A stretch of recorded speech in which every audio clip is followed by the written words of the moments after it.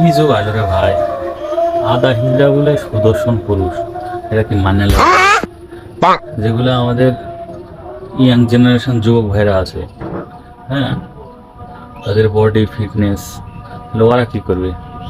ওরা তাহলে টুনটুনি কাটিয়ে ফেলতে হবে, টুনটুনি কাটিয়ে ফেলে দেয়া ব্যাস, ওরাও তখন সুদর্শন পুরুষের নাম দেবে, ওরা সুদর্শন পুরুষ হবে।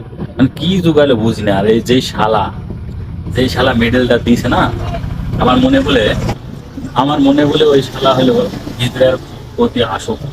হ্যাঁ, হিজড়ার প্রতি আসক্ত। আর মেয়াদি উত্তীর্ণ গাঁজা খাইছে, তাও বাংলাদেশের মেয়াদ উত্তীর্ণ না, উগান্ডার যে গাঁজার মেয়াদ উত্তীর্ণ হয়ে গেছে ওটা খাইছে।